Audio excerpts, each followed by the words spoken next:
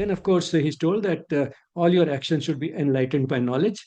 Enlightened action is better than just action, and that's why he's giving him this knowledge. And in the process, Sri Krishna also increases the curiosity of the disciple, makes him hungry for more knowledge, which comes. Sri Krishna tells him that no work is not the same as actionlessness. Actionlessness is an attitude, it is an inner state of the mind. It is nashkarmya. So work without attachment can lead to an inner attitude of actionlessness. That is, when we offer the work to the divine, offering means that we acknowledge that it has all been given to us, and therefore we make an offering of it. And then it is considered a sacrifice. The work becomes sacred, in other words. So, sacrifice means making it sacred. Work becomes sacred.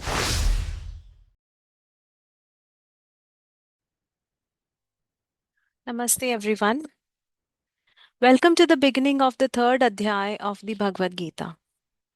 Being here together today is a beautiful opportunity to acknowledge the sacred continuity of our path so far.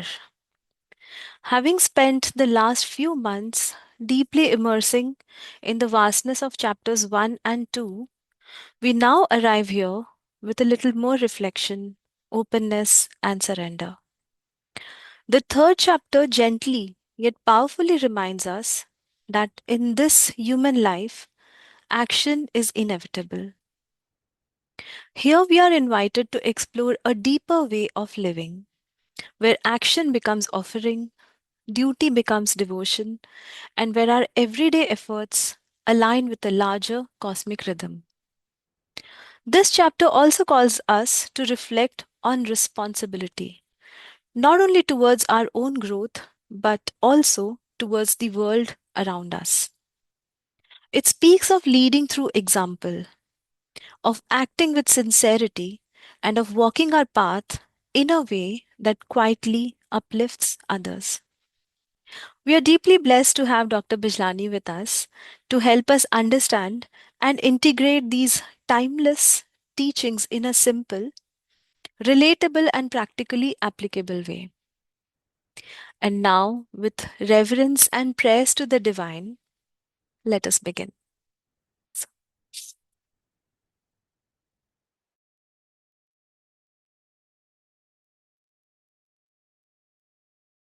Thank you, Richa.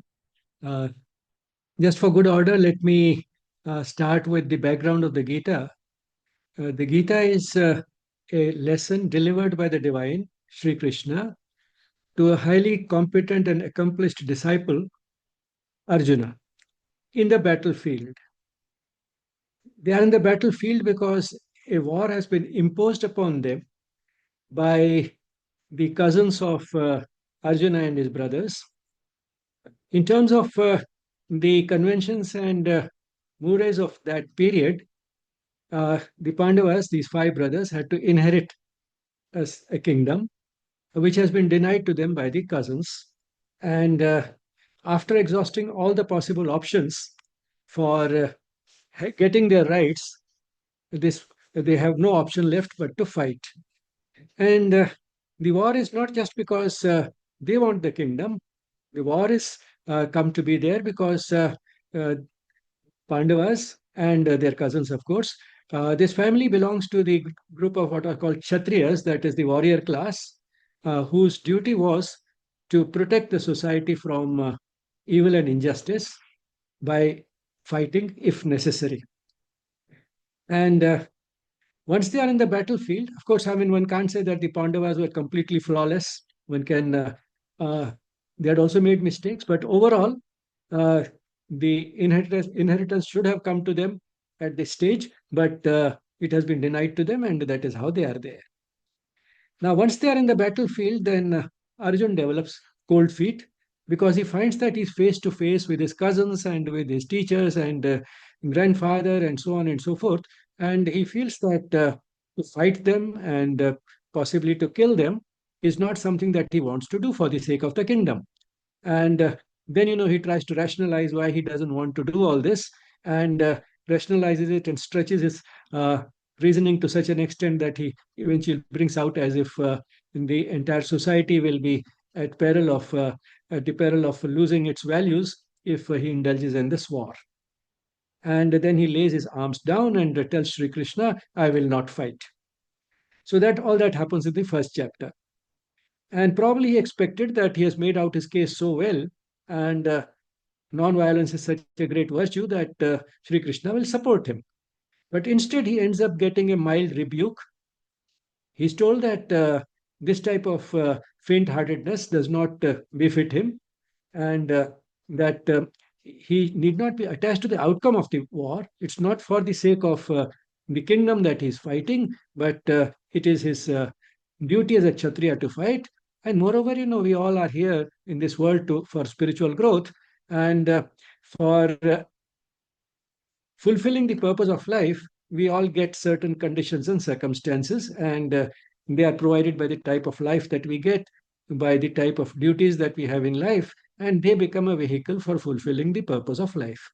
So for a Kshatriya, the purpose of life is fulfilled when he uh, participates in a battle which is for defending good against evil, for defending justice against injustice. So, but then that type of an opportunity does not come in the life of every Kshatriya. A Kshatriya may live his own life, whole life, but there may be no occasion to fight. There may be no war, because after all, he can't just set up a war just to fulfill the purpose of his life. I mean, there has to be a proper reason to fight.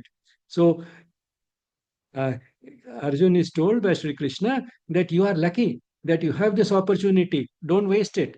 And this every Kshatriya doesn't get it. And now that you have the opportunity, make good use of it and fulfill the purpose of your life by fighting for good and justice. So that is what happens in the second chapter. And then, of course, he's told that all your actions should be enlightened by knowledge. The fact that he should not be attached to the outcome, the fact that he's fighting for the sake of defending good against evil is also knowledge, but then he's given some deeper knowledge so that he can fight uh, enlightened by this action. And he's told that that enlightened action is better than just action, and that's why he's giving him this knowledge. And in the process, Sri Krishna also increases the curiosity of the disciple, makes him hungry for more knowledge, which comes to some extent in the second chapter and will keep coming later in the later parts of the Gita. So the beginning is made by giving him that deeper knowledge. In fact, it's given in such a short form and sometimes in such a way that it may not be even understood by the disciple completely, but at least it will make him inquisitive, it will make him hungry for more knowledge. So that is the basic aim of giving him all this deep knowledge at this stage. Now, let's with this now turn to the PowerPoint uh, and go further to the third chapter.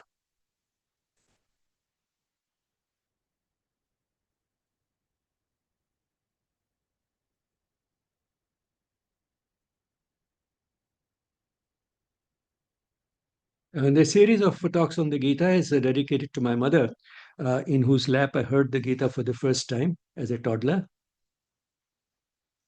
Here's a recap of the second chapter.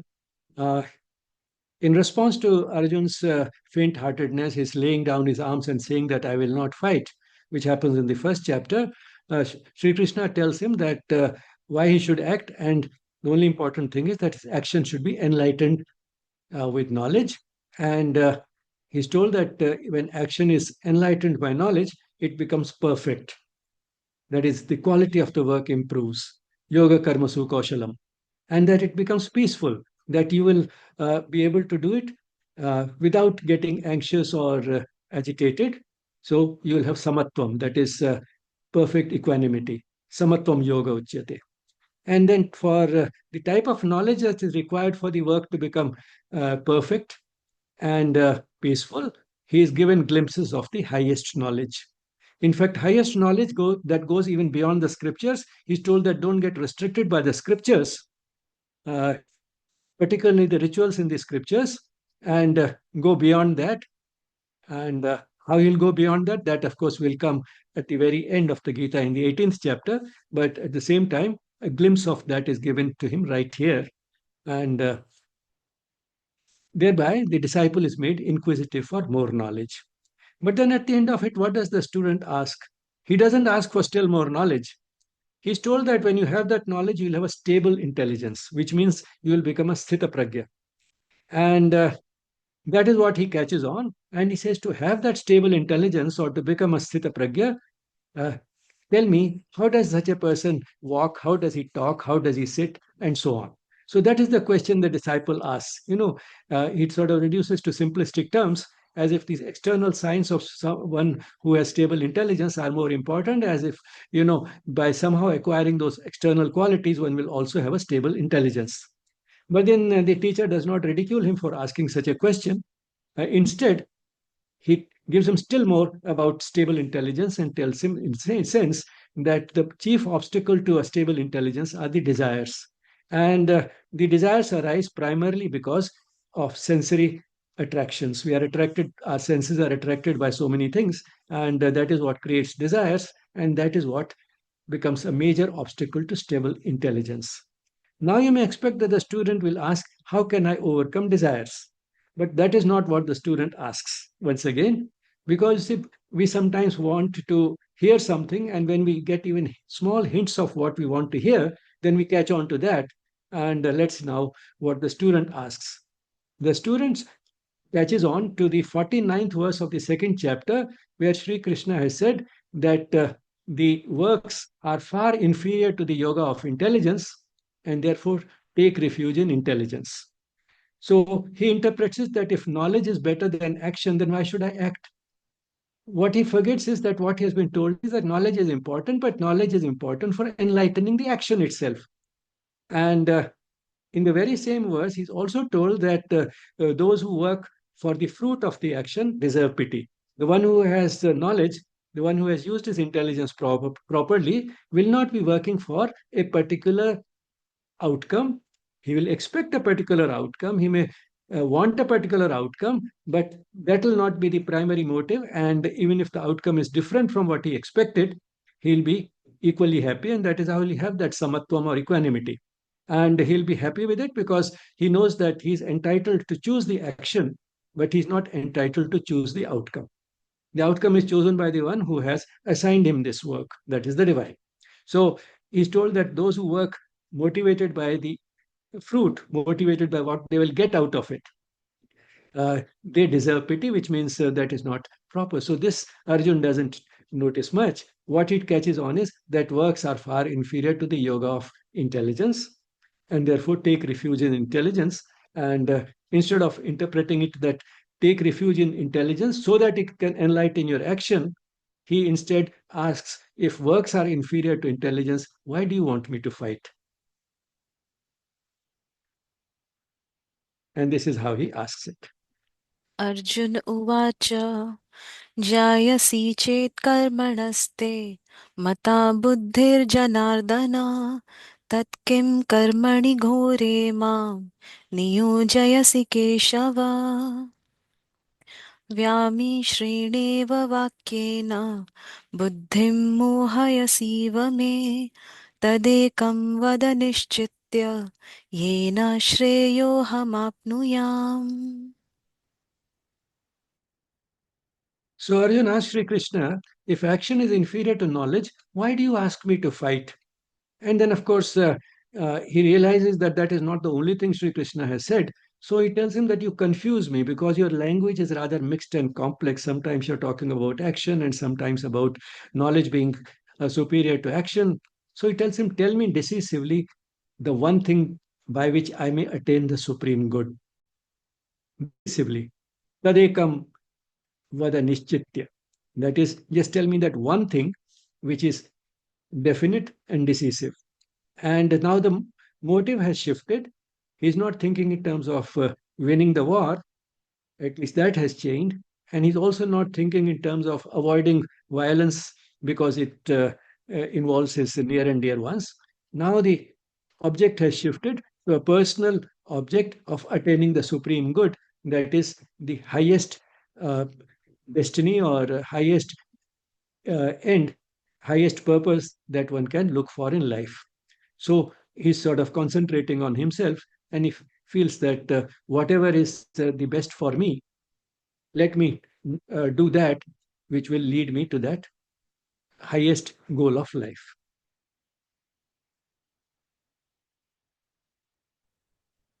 श्रीभगवानुवाच लोकेऽस्मिन् द्विविधा निष्ठा पुरा प्रोक्ता मया नघ ज्ञानयोगेन साङ्ख्यानां कर्मयोगेन योगिनाम् न कर्मणामनारम्भान् नैष्कर्म्यं पुरुषोश्रुते न च सन्न्यसनादेव सिद्धिं समधिगच्छति न हि कश्चित् क्षणमपि जातु तिष्ठत्य कर्मकृत् कार्यते ह्यवशः कर्म सर्वः प्रकृतिजैर्गुणे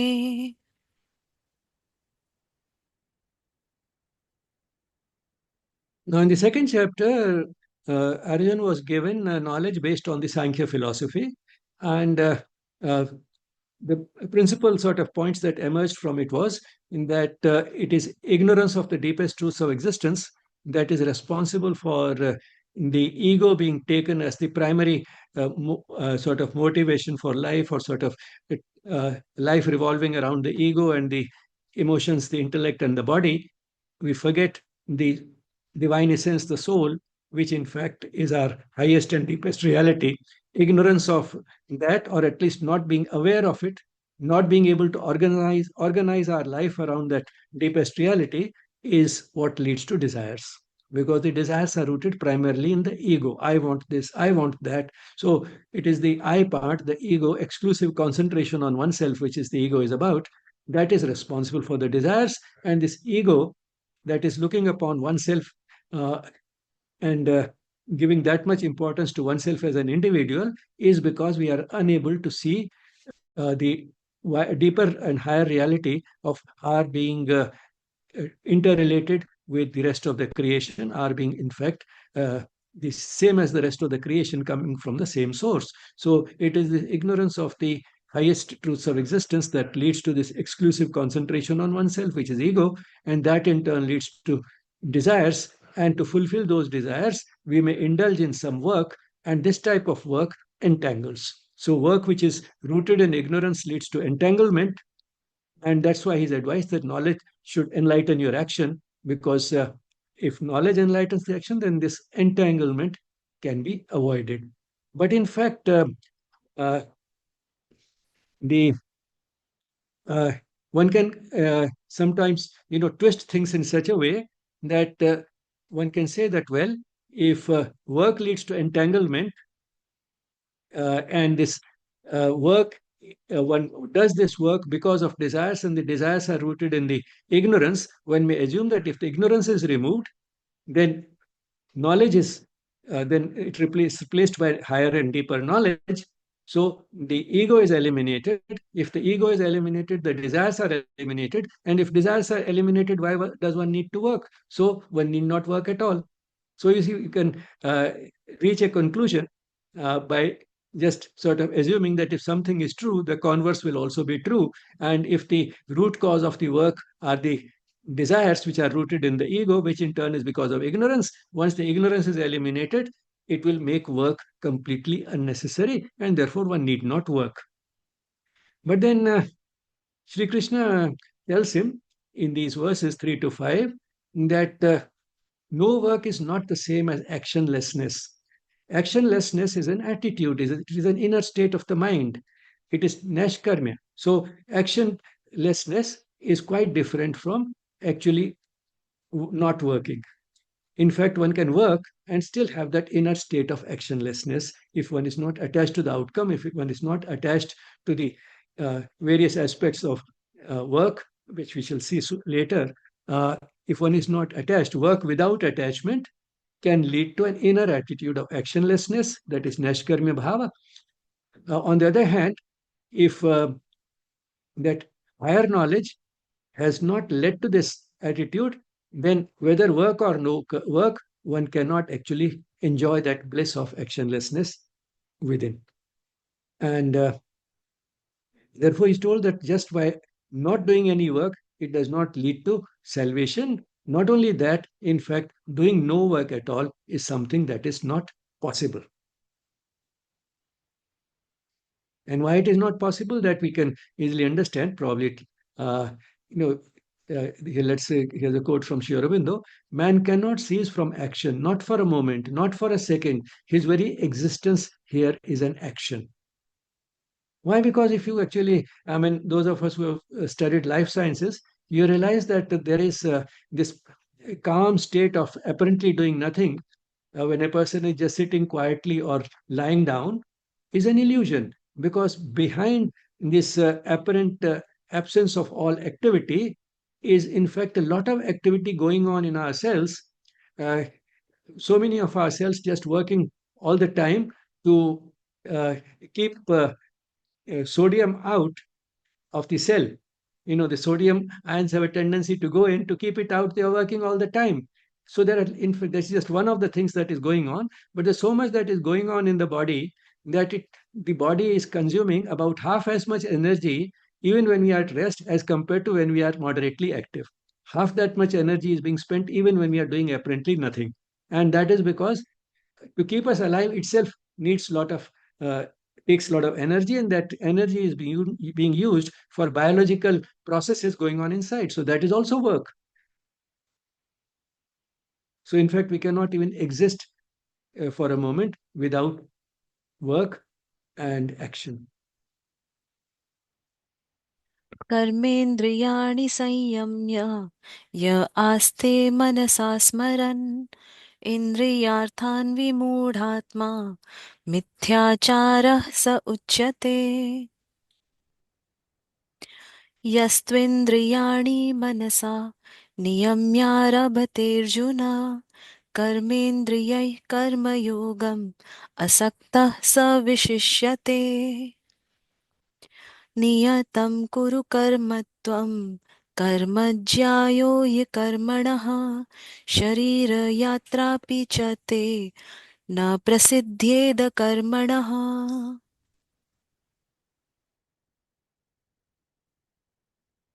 Now here again, uh, Sri Krishna brings out in a way the difference between outer renunciation and inner renunciation.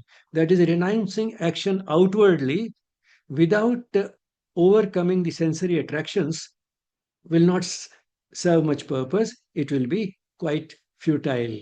So, if the mind continues to dwell on the objects of sense, but action is not taken for gratification, that is, one doesn't do anything to actually satisfy those desires which arise from this attraction or dwelling upon the objects of sense, then one is only deluding oneself uh, as if one has overcome the attraction for those objects. The attraction is, in fact, not been overcome. And if the uh, action is not taken to gratify them, one may end up cheating oneself. It is, one can only be under the delusion that I have done what was necessary to keep away from these objects of sense. So this outer renunciation is not enough. What is important is that inwardly one should overcome the attraction for these so that the mind does not dwell on the objects of sense. Now, when a person is not indulging in sensory gratification, that is what people are seeing outside, and therefore they may feel that this person is a very nice person. See, he is not indulging in sensory pleasures, and therefore it may be taken as hypocrisy or mithyachar. But in fact, Sri Aurobindo says that it is not necessary that the person is a hypocrite. Uh, in fact, it is just sort of, one can say that it is his a false uh, sort of impression that creates a false impression of having overcome the sensory attractions, because he says that sometimes when people are extremely strict and austere and indulge in some of those ascetic austerities to show that they have overcome the attraction for objects of sense while their mind is still continuing to dwell on those objects, he is not being a hypocrite, because one would not inflict so much pain on oneself just to be appreciated by others and to be a hypocrite. So he says that one can't be very sure that one would go to the extent of inflicting so much pain, undergoing that type of hardship, just to be just to create a good image and impression. So therefore, one may not consider them hypocrites, but then Mithyachar is often translated as hypocrisy, which is the word the Gita has used.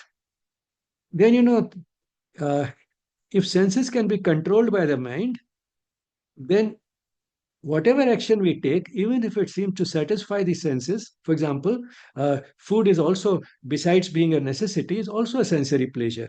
So if we find a person eating but without attachment, which means that he has overcome the attachment to food inside, his happiness is no longer dependent upon food or a particular type of food, but at the same time, he is eating. And sometimes he's eating food which does taste good. So if he does that, but inwardly he's detached, he has been able to control his senses, then that is excellent. Which means that what is recommended is that one may continue to act on the outside, but combined with that should be self control so that the person is not dwelling on the objects of sense. And this type of action is greater than inaction, that is, not taking any action, because that could be futile, as we saw. And in fact, once again, what is emphasized in the Gita, also, as Sri Aurobindo had said in that quote which I just said, that without action, physical life is impossible, our very existence is not possible, and that those who are students of life science know very well that there's so much activity going on in the body all the time, even when we are apparently at rest. In fact, we are consuming a lot of energy even in that state, about half as much as when we are moderately active. And that is the energy we are spending, the work that is work that is going on inside, invisible to us, just for keeping us alive. यज्ञार्थात् कर्मणोऽन्यत्र लोकोऽयं कर्मबन्धनः तदर्थं कर्म कौन्तेय मुक्तसङ्गः समाचर. Now, here, Sri Krishna turns to another concept, the concept of sacrifice. He says the works are a bondage because of motives other than sacrifice.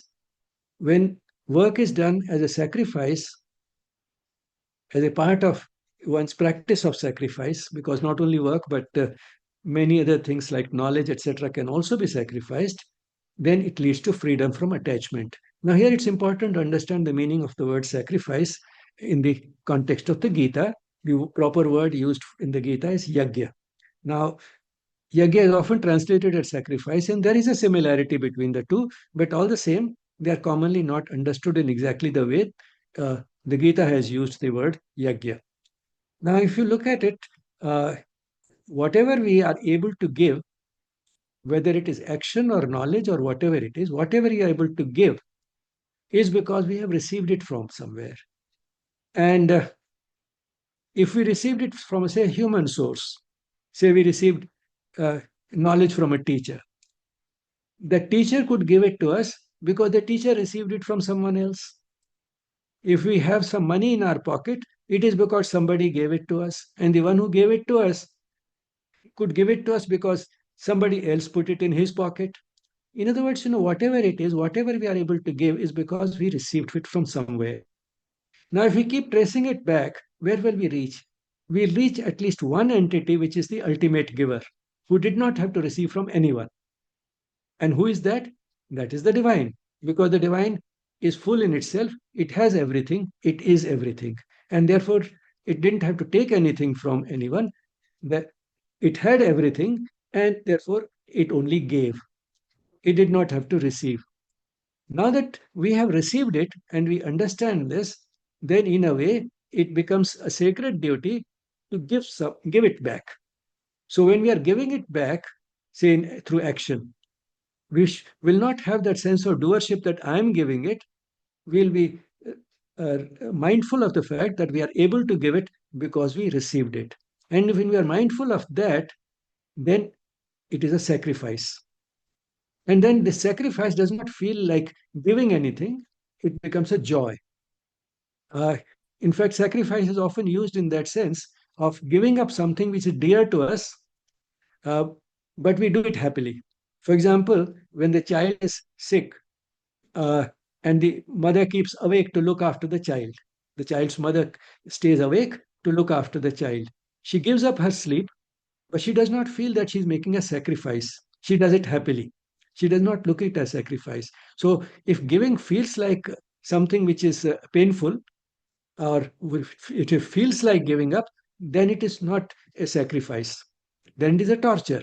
When it is a joy, then it becomes a sacrifice. And that happens because we are happy to do it. And one broad reason why we are happy to do it, that we are able to give up something, give something away, do something only because we received it. In case of works, the ability to do the work, the ability to work hard, the opportunities in which we could do the work have all been given to us. So, in the sense, we are able to do the work because all this was given to us. The idea that we should start the work, the fact that we are able to continue the work, the possibility of the work reaching a certain uh, conclusion, that is, it's becoming successful, all this is being determined from a higher source. And therefore, all this, in fact, is being given to us. And therefore, uh, when we offer the work to the divine, offering means that we acknowledge that it has all been given to us, and therefore we make an offering of it. And then it is considered a sacrifice. The work becomes sacred, in other words. So, sacrifice means making it sacred. Work becomes sacred. For example, you buy a box of sweets from the market. You feel that I paid for it, so it is my box. But then sometimes what we do is we go and place it in front of uh, a idol, an image of God or a guru or whatever is sacred to you. You place it there. You place it there for some time there, and you say, I offered it to the divine. I offered it to the guru. Then you pick it up. Now it becomes prasad. Now it's not just a box of sweets which you bought. We call it prasad. Now what is the difference? The box of sweets remains the same. When you kept it there, the divine did not consume it. It didn't finish. The box is still full. You picked it up. But now there's a difference. Till you had placed it there, you said it is my box because I paid for it. Now, once you placed it there, you said, no, it's not my box. It has been given to me by the divine. It has been given to me by the one in the image of whose I placed it in front of. So I placed it in front of that image, and now it is belongs to that image or whatever signifies the divine to us, and that entity has given it to me. So it becomes sacred. Now, when you give it to anybody, you don't give it with the feeling that I am giving these sweets to somebody. You feel I am giving the prasad which has been given to me by the divine. So that is the way the work remains the same. The object that you are giving away remains the same, but the motive has changed. The understanding has changed. Our way of looking at it has changed. We have acknowledged what is in fact true, that we are able to give only because we received it. And in that sense, everything that anybody is able to give is because that person received it from somewhere, and the ultimate giver is only one, and that is the divine. And the divine has given away without receiving from anyone. So the divine has actually indulged in a great sacrifice, and that is why we call that the divine indulged in a Mahayagya to create the creation. So the divine has become the creation through a Mahayagya. It has itself become the creation, which means that it has given away itself to become the creation, and so that is a Mahayagya of the divine. And we are all performing in a miniature form that yagya by giving away something that has been given to us. So when we do it in this sense, then we are not attached to the work. So that is the outcome, and that is how many of the problems that are associated with work disappear automatically, because now the work becomes free from that attachment. Now, this is a very common expression these days. If I'm doing something, what is there in it for me? Now, that is exactly what the sacrifice helps us overcome. We work not for what I will get from it, but instead we offer the work for what I have already received. And I offer the work to the one who has given it to me. So we offer the work as a mark of gratitude for what I have already received, and offer it to the one from whom I received it. So that's what offering the work means. So when we give something in that spirit, it is a yajna or a sacrifice. And while giving, we do not have the feeling that I am giving. We give it without the feeling of that I-ness, that ego sense that I am giving it.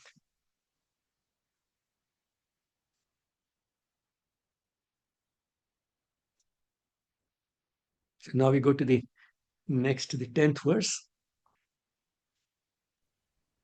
सहज्ञः प्रजा सृष्टा पुरोवाच प्रजापतिः अनेन प्रसविष्यध्व मेषवोस्त्विष्टकामधुक्. So in the 10th verse, in a way, Sri Krishna has given a glimpse of the process of creation, and the creator became the creation, because the creator had no material to create the material universe. So the only way it could do it was to itself become the creation. So by giving itself away in the process of creation, the Lord has created all the creation, including the creatures. And Sri Krishna tells Arjun that in the same spirit, by sacrifice, you may fulfill your desires. That is the sense in which you should fulfill whatever desires you have in this spirit. देवान् भावयतानेन तदेवा भावयन्तु वः परस्परं भावयन्त श्रेयः परमवाप्स्यथ. इष्टान् भोगान् हि वो देवा दास्यन्ते यज्ञभाविताः तैर्दत्तान् प्रदायेभ्यो यो भुङ्क्तेस्तेन एव सः. यज्ञशिष्टाशिनः सन्तो मुच्यन्ते सर्वकिल्बिषैः भुञ्जते ते त्वघं पापा ये पचन्त्यात्मकारणात्. In the verses 11 to 13, we have some really strongly worded uh, uh, uh, expressions to sort of uh, make the person who does not give in the spirit of sacrifice uh, that he is a thief and he's a sinner and so on. That one who enjoys what is given but does not give the gods who have given it to him is a thief. So he doesn't realize that it has actually been given to him. Uh, Maybe the one god gave it to the gods and those gods gave it to him. That is the sense of using it, deva or gods rather than the divine itself.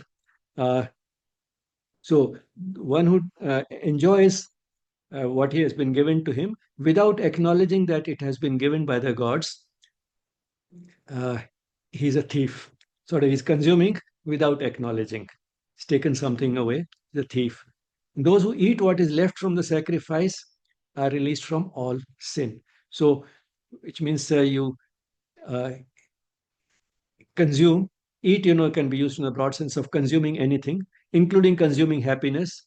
It's been said that if you consume happiness without creating it for others, again, that is sinful. Means if you are happy, you should also create happiness for others. You have to give it back to others. Happiness has also been given to you. So anything that we consume, including happiness, whether it's food or anything, or as Sri Aurobindo wrote in a famous letter to his wife, that if I keep for myself more money than I really need for my necessities, I'll consider myself a thief. So those who eat what is left from sacrifice, which means that after giving away uh, some of it actually physically, whatever is left. So this is not only to be felt within, but one should actually give something in that spirit is released from all sin.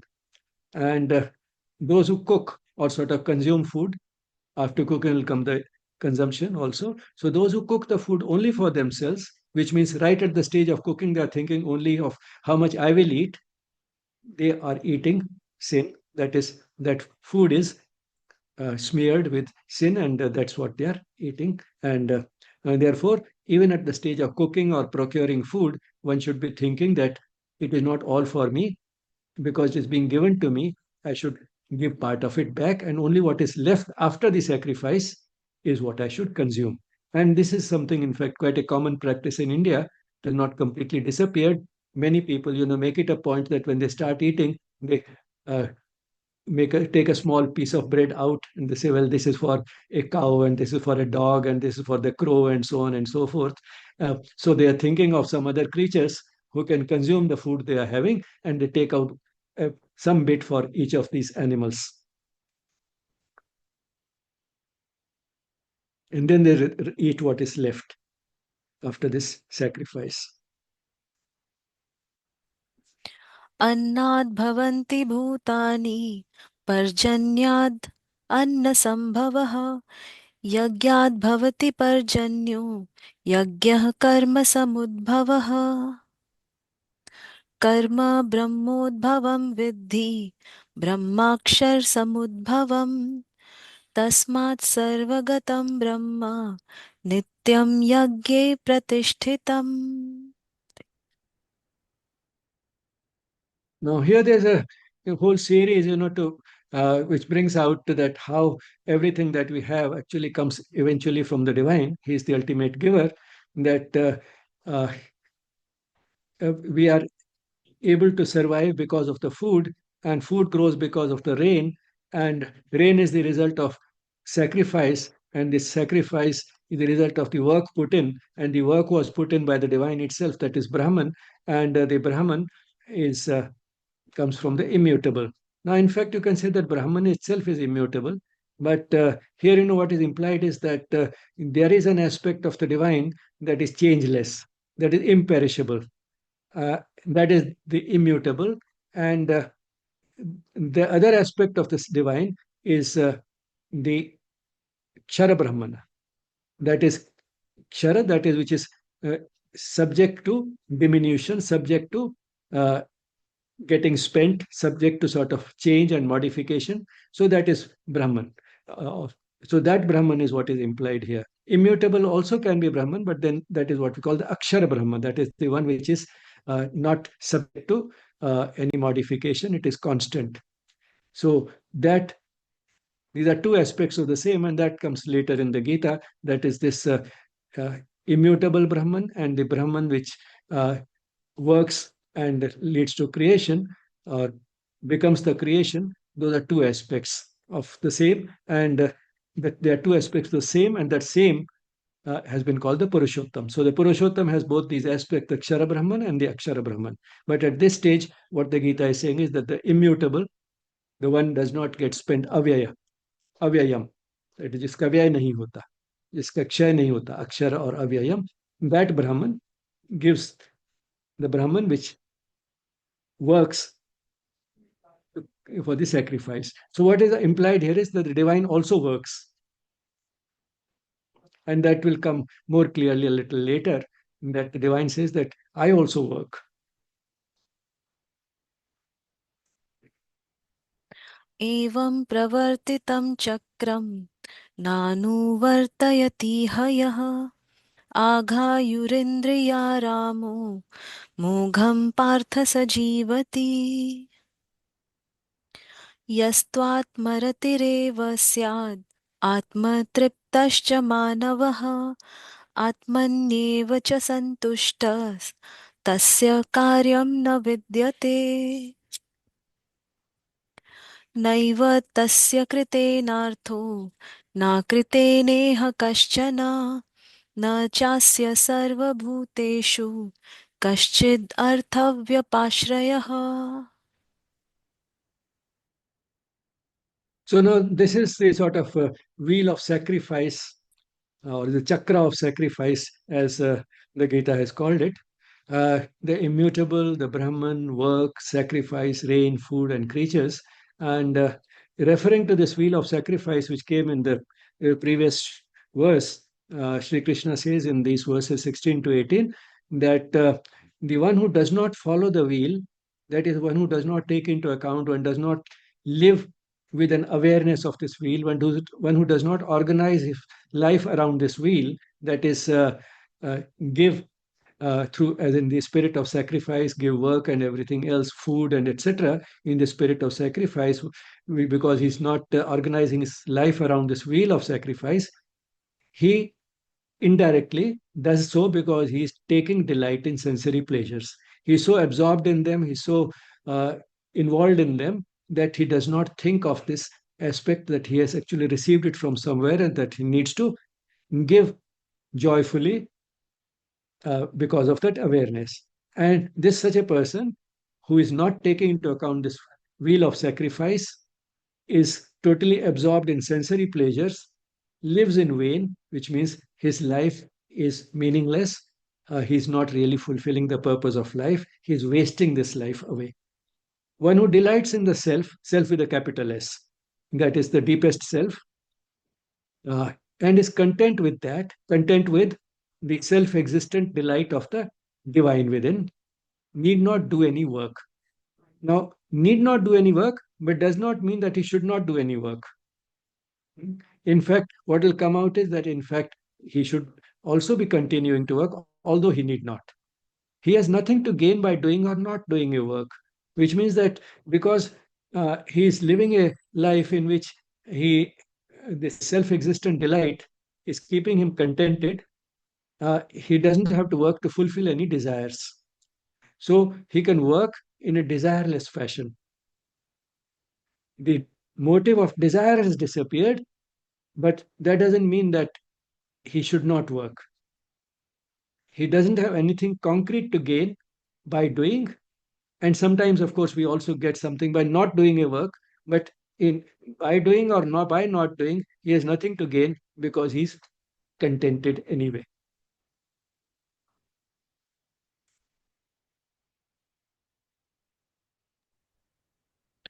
तस्मादसक्तः सततं कार्यं कर्म समाचर असक्तो ह्याचरन् कर्म परं माप्नोति पूरुषः. So in this verse, Sri Krishna is telling Arjun that he should do his work without attachment. And Sri Krishna had asked right in the beginning, tell me one thing definitely, clearly, which will lead to the highest, which will take me to the highest good, to the supreme, which will make me uh, attain the highest goal of life. So he's telling him that what will give you the highest goal of life is work without attachment, or in the words, work enlightened by knowledge, because this knowledge which will take the attachment away.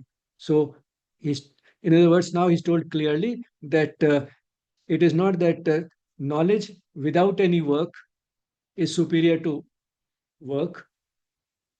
Work which is enlightened by knowledge is better than just work. Why? Because just work without the knowledge would be associated with attachment. It is primarily satisfying our desires, and those desires arise from dwelling on objects of sense. So, if you have the highest knowledge, then you will be able to work without attachment, and that is what will lead you to the highest, because that is what Sri Krishna had. So, or that's what Arjuna had asked in the first shloka in this chapter. That tell me one thing clearly which will lead to the highest. So that one thing now has been told to him: work without attachment. Now, what are the types of attachments associated with work? This will keep coming up again and again in the Gita, but I've tried to sum it up in these 4 points. Firstly, one should overcome the attachment to doership. That is, I have done the work. Secondly, one should overcome the attachment to the outcome. That is, I want this type of an outcome from this work, not necessarily reward or recognition, but at least one may say, at least I should be successful. Successful the way I look at success. But even that should be overcome, because my way of looking at success may be quite different from the way the divine looks at success. So the outcome may be different from what I want. Then one should overcome the attachment to preference for one type of work as compared to the other, because we do have preferences, and those preferences are not always necessarily rooted in our capabilities or in our genuine inclination and temperament. Those preferences are very often rooted once again in the ego, because we consider one type of work to be superior to the other. So that type of preference should also be overcome. And last but not least, we should overcome attachment to the work itself, because uh, if we are idle, that also we don't like, because we are attached to some type of work. And this is what Gandhiji realized, when he was in quarantine for some time after some infection. He was kept in quarantine, and he said that didn't have any work, and that's when I realized how attached I am to work. So one can have attachment to work itself. So these are the 4 types of broad types of attachments which one should be able to overcome. And when overcomes these attachments, it leads to the highest Then work is also associated with equanimity or samatvam. And the work is also done perfectly, that is yoga karmasu kaushalam, that is, the work is done with perfection because it is being done in a spirit of sacrifice. It is being offered to the one who has enabled that work and enabled the sustaining of that work and will enable the success of that work the way the divine looks at it. Now we turn to 7 verses, the verses 20 to 26. And Sri Aurobindo says there are few more important passages in the Gita, which means they are amongst the most important passages than these 7 striking couplets.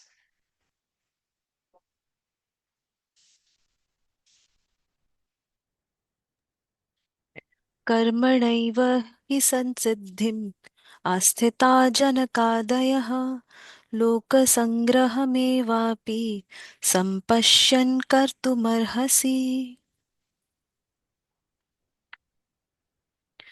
यद्यदाचरति श्रेष्ठ तत्तद्देवेतरो जनः स यत्प्रमाणं कुरुते लोकस्तदनुवर्तते. Now, to emphasize that work is indispensable, Sri Krishna tells him that King Janak, Janaka was both a king and a great yogi. So, but at the same time, being the king, he was busy. He was doing so much visible work. And he's told that he attained perfection. Perfection here means, the highest point in yoga uh, or self perfection.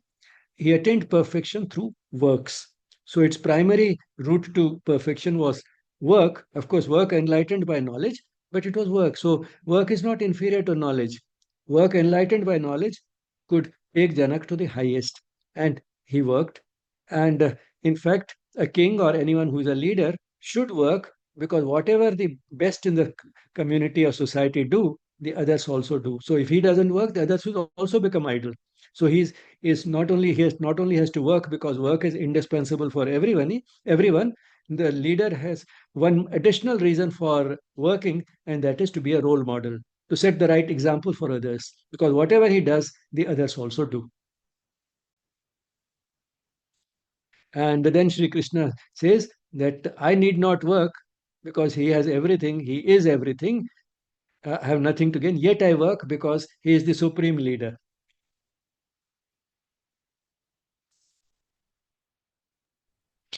न मे पार्थास्ति कर्तव्यं त्रिषु लोकेषु किञ्चन नानवाप्तम् अवाप्तव्यं वर्त एव च कर्मणि यदि ययं न वर्तेयं जातु कर्मण्यतन्द्रितः मम वर्त्मानुवर्तन्ते मनुष्याः पार्थ सर्वशः उत्सीदेयुर्मे लोका न कुर्यां कर्म चेदहं शङ्करस्य च कर्ता स्याम् उपहन्यामि मः प्रजाः. So Sri Krishna is telling Arjun that I need not work. I have nothing to gain from work because the divine needs nothing. It is everything by itself. Yet I work because I am also a leader. People will follow my path. And if I did not work sleeplessly, and one can realize the divine is working indeed sleeplessly because to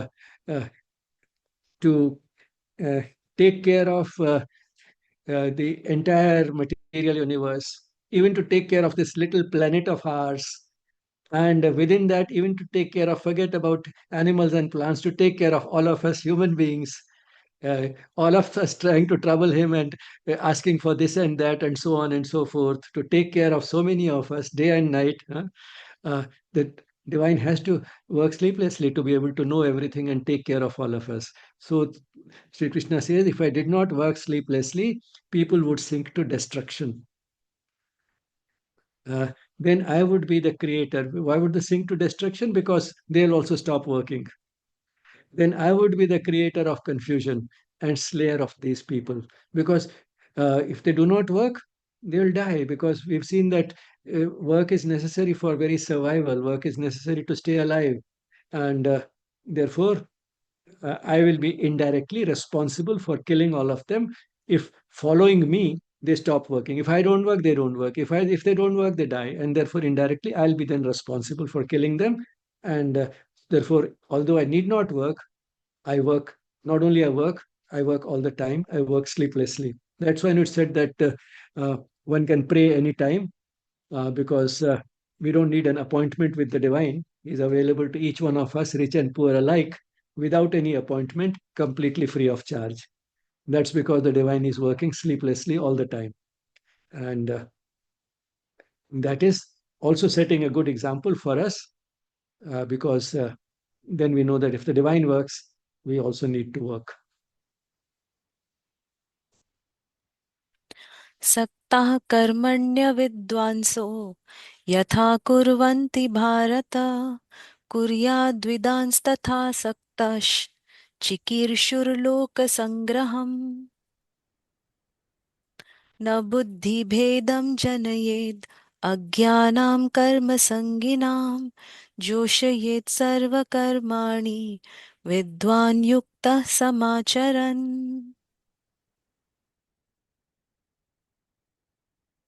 So, in these last two verses which we are discussing today, Sri Krishna uh, says that those who have the knowledge, that is the deep knowledge, the highest knowledge that has been some hints of which were given in the second chapter, some hints have been given in this chapter. Those who work with this knowledge, with this knowledge in the background, or those whose actions are enlightened by this knowledge, act uh, without attachment. So those who uh, do not know, they act with attachment. Those who know act without attachment. And those who act without attachment, one of their motives is to hold people together, which means that if they are leaders, then they want to hold the people together. The people will also work. So to sort of provide the right example, they work. That creates sort of a lokasangra, a collection of people, a society, to keep the society together, sort of create that cohesiveness for which work is necessary. But at the same time, now here there's a little caution coming that while the leader should have the knowledge and should work without attachment, uh, he should not create confusion for the ignorant. The ignorant may act with attachment, but he should not confuse them if they are not ready for receiving this knowledge. He should not confuse them by giving them this knowledge. Because as we have seen, how easy it is to misinterpret this knowledge and feel that work is now no longer necessary. It may not be necessary, and yet it is necessary, which means that even one who does not have to gain anything from the work still has to work, including the divine. Now, that becomes a finer shade to that knowledge. But we saw that how from Sankhya knowledge itself, one could sort of derive through a little twist by uh, sort of reversing the thing that if something is true, the converse will be true. Just on that principle, we could say that if uh, it is the ignorance that leads to desires, desires lead to the necessity to work to fulfill those desires, then if one has the knowledge, one does not have those desires, and therefore one need not work. Now, if that is the type of uh, conclusion that can be drawn so easily from half baked knowledge, knowledge should not be given to those who are not ready for it, because they can just follow the leader as a role model and continue to work. Action, even if it is without that knowledge, and therefore, even if it is associated with attachment, is better than no action. So, he should set them to action, even if that action is associated with ignorance, let them act with attachment. And he himself should act with knowledge, stationed in yoga, yogastha kuru karmani. He was told in the second chapter that be stationed in the poise of yoga while working. And one can be poised in that state yoga only because of that higher knowledge. But when this leader is setting the people who follow him to work, he need not create a confusion in their minds by giving them this knowledge.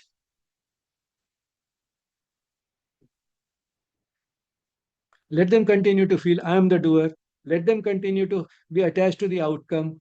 Let them keep expecting an outcome, because even this type of action will at least continue, make them continue the action, which is more important. So action is acting out of knowledge, enlightened with knowledge, without attachment is the best. But even action which is not so enlightened by knowledge is better than no action at all. Now, this is something which comes out from all the background that has been created, particularly in these 7 verses from 20th to the 26th, and that's why Sri Aurobindo, has called these 7 verses amongst the most important.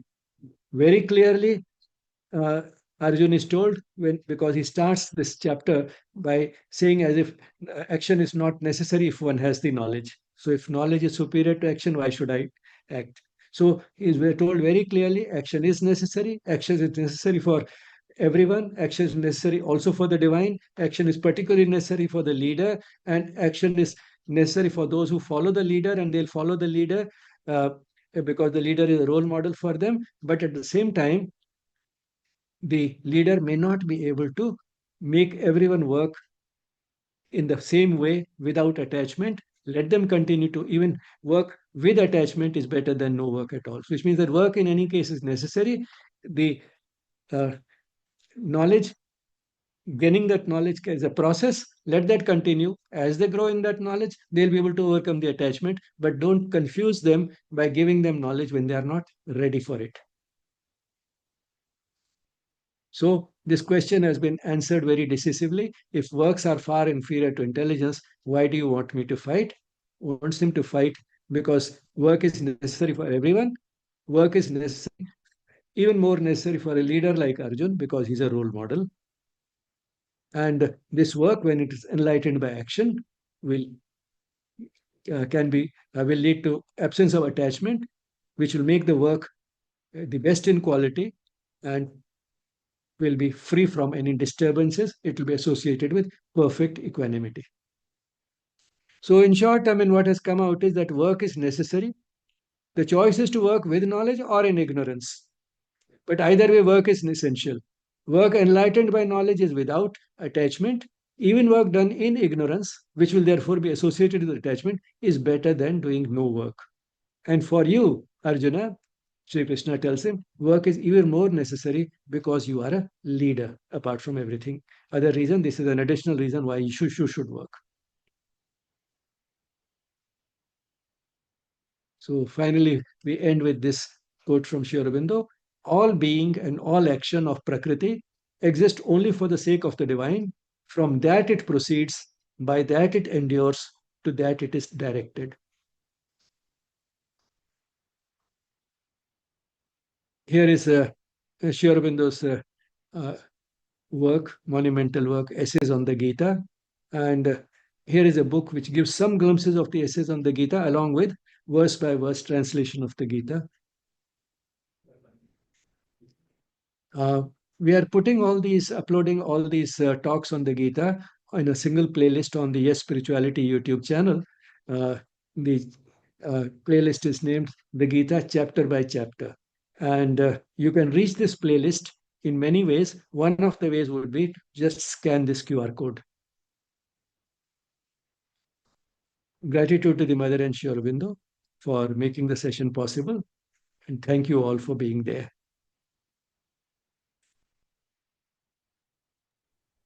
Thank you, sir, for another very beautifully enlightening session. Participants, if you have any reflections or any questions for sir, you may please ask.